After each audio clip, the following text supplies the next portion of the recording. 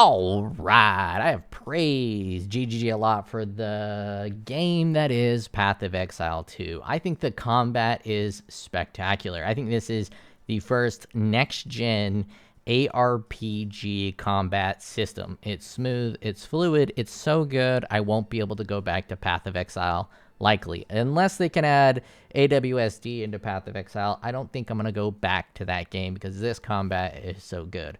I say that now, but as soon as they release the hype for Path of Exile, I'm right back in. All right. With that being said, I think PoE 2's early access, or as I like to call it, beta, has been very, very successful. I give it a 10 out of 10 in terms of early access. Now, the combat is amazing. The bossing is amazing. But GGG has obviously had some toxic influence from other game franchises. Now, they've appropriately and successfully incorporated a lot of Dark Souls elements in here, but I'm also feeling elements from games like Darkest Dungeon, which use tedium as a game mechanic. And tedium is not a good game mechanic. There are some masochists out there that enjoy a level of tedium. And I don't mean tedium as in the game's really hard, you die, you get kicked out of your map. I mean tedium more along the lines of this map right here. All of this walking is boring and lame, and the only purpose for this is so that it takes you an extra 50 minutes to an hour to complete the campaign to pad the game. Now, there's a game that I love a lot called Final Fantasy VII, and they made a remake of that game. They took the first 7 hours of the game, Final Fantasy VII, and turned it into a 25-hour experience. And what that did was turn a tight and controlled 7 hours that was beautifully paced and perfectly timed to a 25-hour bloat fest of things like Cloud walking across the plank for 20 seconds and you have no options to stop walking, to fall off the sides. It's just slowing you down deliberately to make it take longer to beat the game. So I don't really understand why. So they could say it's a 25-hour game and people will buy it versus it being a 15-hour game. I don't really like that type of ideology. And there's a lot of that tedium in here. The tedium I'm suffering with right now is with limited maps. I think I'm finally in a good spot because now when you run these maps, if you look at my quest, it says I can run 7+ maps, where when it was 1 through 5, it had to be only 1, only 2, only 3, and that really messed me up. But the whole map system is pretty tedious. You can get into some of these maps and you'll run a T7 and get no maps, then you run another T7 and you get no maps. Then you got to drop down to T6. It's happened to me a lot, and it's not because I'm dying. I'm not really dying that much anymore. It's because they're just not dropping maps. And I'm even exalt orbing my maps, and it's just not dropping enough waystones, and that is, I'm pretty sure, a deliberate choice because they want that level of tedium. Now, if they want to extend the campaign, what they can do, instead of that level of tedium, I'm going to drop this map back down here. I hate when it does that. Let me just hit the Windows key here. Sorry, I'm not good at using my life. The thing went right to the edge, so I couldn't grab it. Okay, so you start here, and you go through, and this is all pretty much the same monsters, the same content, the same stuff all the way through. It's pretty trashy. Now, I just played a game called Ninja Turtle Splinter's Revenge, and in Splinter's Revenge there's a couple levels where you'll fight Cowboy Bebop right here, and then you fought Rocksteady right here, then you fight them both together right here, then you fight Splinter here and Crane here. So if they want this game to extend its tedium, what they need to do is put a bunch of mid-bosses in here that engage with you and alter the way this map is. So you start here, you run, let's say your first boss is right here. You fight this loser, and as he's dying, he's like, "You're gonna regret that," and he blows a little trumpet. It's like a little trumpet, and all of a sudden, monsters start moving towards you. So all the monsters in these maps slowly starts heading in your direction, almost like creeps from something like League of Legends. So you have to push through the creeps as they come through. And with the way this game's designed, they can get behind you, so you probably don't want to run right through them. So you do kind of want to fight and push them through. Then you get to another mid-boss, and it can do something else to this arena. Maybe add in a little bit of bullet hell, like archers from the fucking trees or something. That might be a little annoying, but if they make them slow moving, it can add to some intensity. Or they could just make the hordes move even faster, or they can, give the hordes an armor or give them energy shield.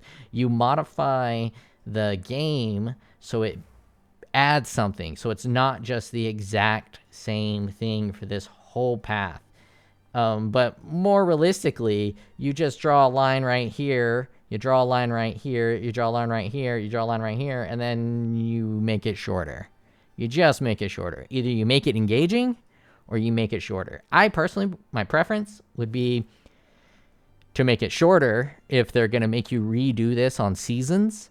But for the first playthrough, I like the length. It just needs to be better. So add in a bunch of content like that, and you can make these really long maps, and you can make them engaging. What other tedious things were in there? This is the biggest one for me, and I lost my train of thought. But that one is the biggest one for me. And then this part here is also pretty disgusting and tedious. It looked cool at first, but as I engaged with it, I think it's pretty shit. So what you do to fix this is you have everybody, basically, you do delve. You do delve, but with maps. You have one main path that everyone starts off, and then it slowly starts to fork out, and it goes one direction. Not one direction off a balcony, but just straight one direction. And everybody can get their own path. So like at the end, we could say it's like 100 branching options. So no one's really going to pick the same path. Well, actually, if there's a million people playing, some people will pick the same path. And then you have seeds. So it's different for everyone. And you can also have seeds that you can put in for the very beginning. Like, let's say that everyone has 1,000,000 seeds, and you can type in a random seed. So you and all of your friends or your guild mates can all type in the same seed. So you're all playing on the same seed, so it's all the same, and you can help it out. And like popular streamers can say, this is my seed. So all the people that watch that streamer can join that seed, because obviously they have a little bit of influence from roguelikes in this. I can feel the roguelike influence all over the place. So if they're going to have a roguelike influence, just add the seeds in there and then change it like I said, and it'll make it much better. And you can even do really cool things like have it turn into ice, and there should be like a direction post in the dirt, and you click on the direction post, and it gives a high level detail of what each of these paths is going to be and make them a little bit different. You can even add that in for the early content, like one path, it's like this path is going to contain breach, this path is going to contain ritual, this path is going to contain more of that, and then this path is going to completely random wild shit. And you can also have like map zone types. This path is going to be more toxic and poison. This one's going to be more fire. This one's going to be more ice. Just little road signs that kind of give you a little bit of information of what could possibly be ahead. So you know what's in there, and increase the fog of war. I guess the fog of war is pretty strong. Like it is just perfect. Yeah, never mind. This is perfect. Like I did here. Yeah, had that fog of war. But instead of starting in the middle and having it go in all directions, which is pretty disgusting, start in one side and go one direction. It would make it feel so much better and far less messy, and it might help to reduce the tedium. And let's talk about some of the acts. I thought Act 1 was perfectly paced. It's not a lot of walking. These zones are pretty small, pretty reasonable, and I think they spent most of the time making Act 1 perfect, and they succeeded. There's very little I would change about Act 1. This is in my top 5 gaming moments as a single player game. This first act was absolutely incredible. Probably because I was playing a witch and not melee. I hear melee had a tough time, but I mostly breezed through it. I probably had less than 5 deaths on Act 1. My deaths really started to pick up around Act 2 because I started dicking around and having more fun. So Act 1, I wouldn't change any. Act 2 is where some of the tediousness of the length of the maps becomes a problem. And in Act 2, you get this caravan. Let's just go to the caravan. This caravan pulled by... I'm not even on this. Let's go to the caravan. This caravan pulled by slaves. These guys, look at these little slaves being pulled by the little skin hoops like it's J-Lo in the Cell. You know what I'm talking about, you old people that watch J-Lo in the Cell. You're on this moving caravan, right? So the caravan's moving. So if the caravan's moving, why do we also have to run? Like, the caravan's going to take me to the Dreadnought Vanguard, and there shouldn't be a map there. What they should have done with Act 2 is make this almost like a bosser. You remember in the movie Troy, when Troy goes up to the other big guy and they face off and they run and they fight, they should do it like that. You show up to a town and there's just like the big bad that you're supposed to kill, and then the big bad comes out and you guys both fight. You fight in front of the caravan and you fight in front of that town.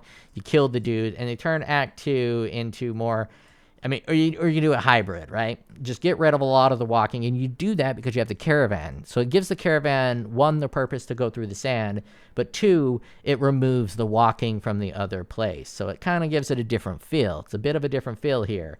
But here you're riding the caravan, and when you land, then you're just in a really long walkway. And it's like, well, why the fuck didn't the caravan take me even farther? I understand the caravan only goes on the sand, and you should take the other way. But anyways, that's what I would do with Act 2. It'd make it much better. Act 3 would be a balls to the wall boss run. A balls to the wall boss run.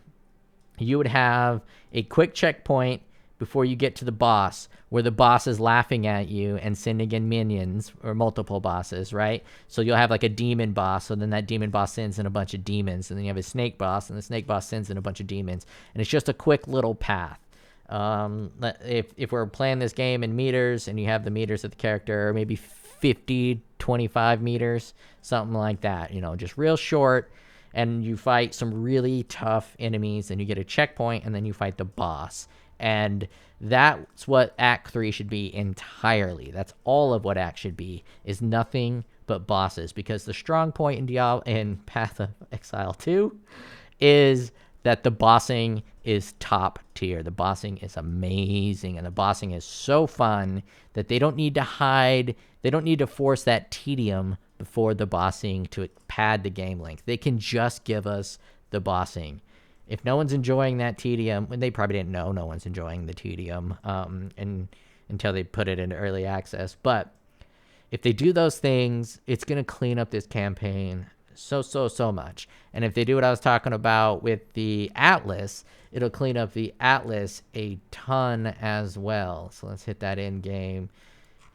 It'll clean up the Atlas a ton as well if they did it as I said. And then right now, this is a fix they should do today. Let's go to my hideout. They should do this fix immediately right now. And all they have to do to really fix the map problem is just drop this price, 2,000.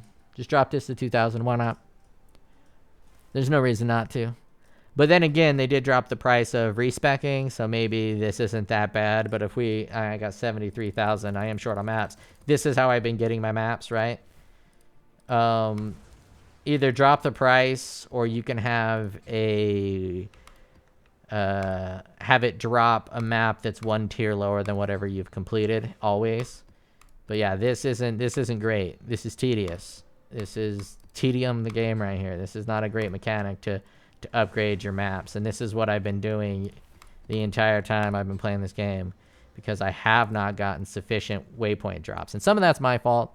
I went in this game super blind, and I didn't quite know how these worked. So I was running tier 5s, tier 7s right out the gate. And I was just assuming that the quest said run tier 1 maps, that if I ran tier 7 maps, it would count towards the quest in the future. And it didn't do that. So I ran probably 30 maps without making progress to my map quest. And I was like, why is this not going? Because I ran like at least 10 level 4s, because that's kind of where I started.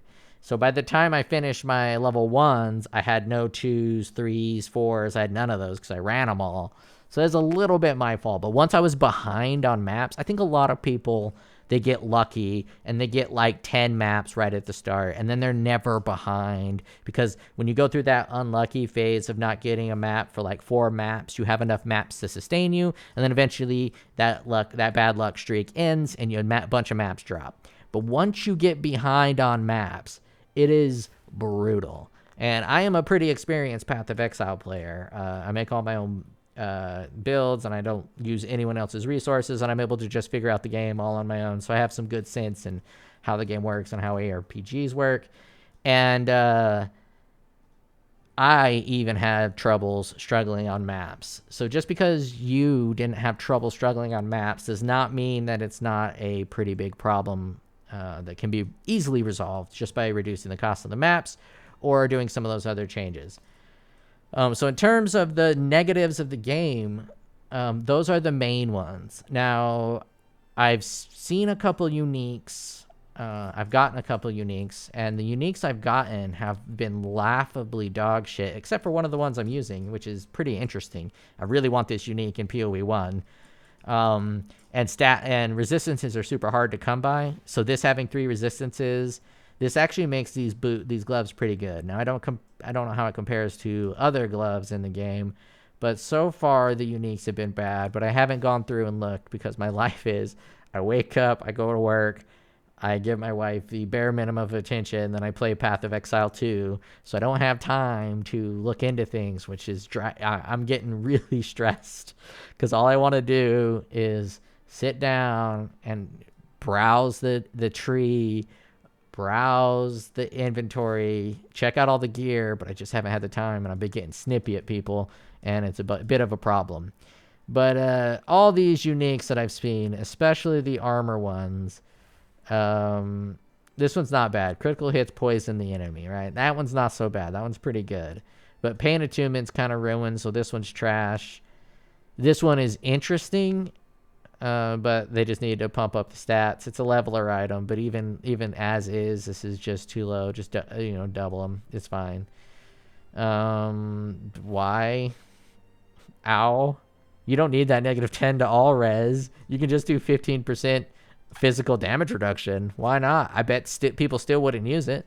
If you got rid of that -10 elemental resistances and it just said 76 life and 15 additional physical damage reduction, it won't be best in slot. It probably won't even be usable. Only people who use it will be hipsters like me, or rare niche cases, in which case that's what uniques are good for.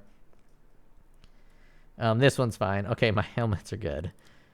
Okay, we'll get some body armors. Okay. 14 dex, 41 reduced bleed duration. Bleeding on you inflict is aggravated. This one's good. This one's good. Because I don't know what aggravated is, and I don't know how bleed is, but this one's usable, right? You can make a build around this. It's real weak. And getting it early, unless you're a bleed build, is pretty useless. Yeah, this one has a... Shit, this is a bad example because these all have pretty good functions. And I got some good ones, I guess. All right, I got some good ones. Okay, the boots is definitely where I have a problem. Okay, no movement speed. These boots are useless. Movement speed is the most important stat in PoE 2. No one will ever use these boots, even if they find them while running the campaign. As long as they have a plus 10% movement speed boots, these are not good. So that's trash. 10% movement speed. I mean, most people are going to use this for the very beginning. Level 6, this is a leveling item. But while leveling, I only found one unique, and that was... I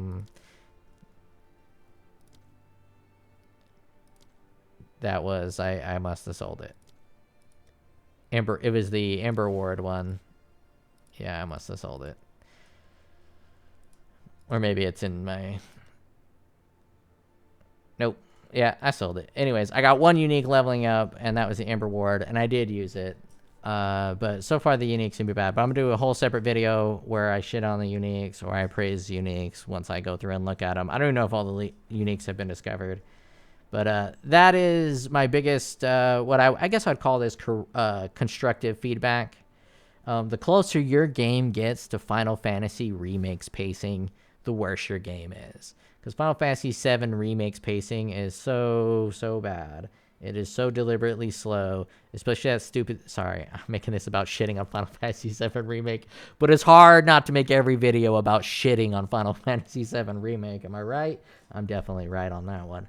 Anyways, this is my constructive feedback. It's early access. It's beta. This isn't a problem. I'm not shitting on GGG. And not everything on not everything about the darkest dungeons, like punishing tedium, is bad. There are some good elements to it. There is some good elements to, map restriction. There's good elements to loot restriction. It's all about getting the balance right, and they'll get the balance right. I have faith they'll get the balance right. And GGG has only worked on Path of Exile. That's the only game they've made. I was expecting so much fucking worse than what we got. Honestly, I was expecting it to be so much worse than what we got. I avoided all the hype because I was expecting to be let down extremely. And I am let down. Well, I wouldn't even say I'm let down because this is early access and I wasn't expecting a lot. But I am disappointed in the end game.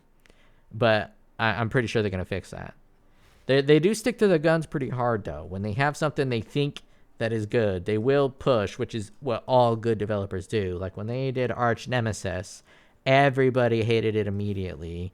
Everyone wanted to change it, but GGG held back a little bit to make sure that the feedback was poignant and that people could get a good grasp on it. And then once everyone got a good grasp on it, everyone got used to it, everyone started using it, they still hated it, so they tweaked it a little bit, but they still kept the ideas of Arch Nemesis. And I'm totally cool if they do that. If they let us suffer for a little while to make sure the feedback is solid, then make the changes slowly and go through so they can keep as much of the identity that they're trying to create with this game. Because they're definitely trying to create a vibe. When you play this game, it's Path of Exile 2 all the way through. When you play Diablo 4, I mean, if you squint your eyes, you could think you're playing Diablo 3. They're that similar. But the vibe of this game, the way it plays, the way it looks, the way it feels, while it is similar to PoE 1, it's also very not. It is very, very not. This is a unique experience that they've created, and everyone should treasure unique experiences. When you play a game that is just a outstandingly unique experience, you can feel it all the way through you. It is that feeling of something new. It's like buying a new car and getting that new car smell, but in video game form. And they've created that.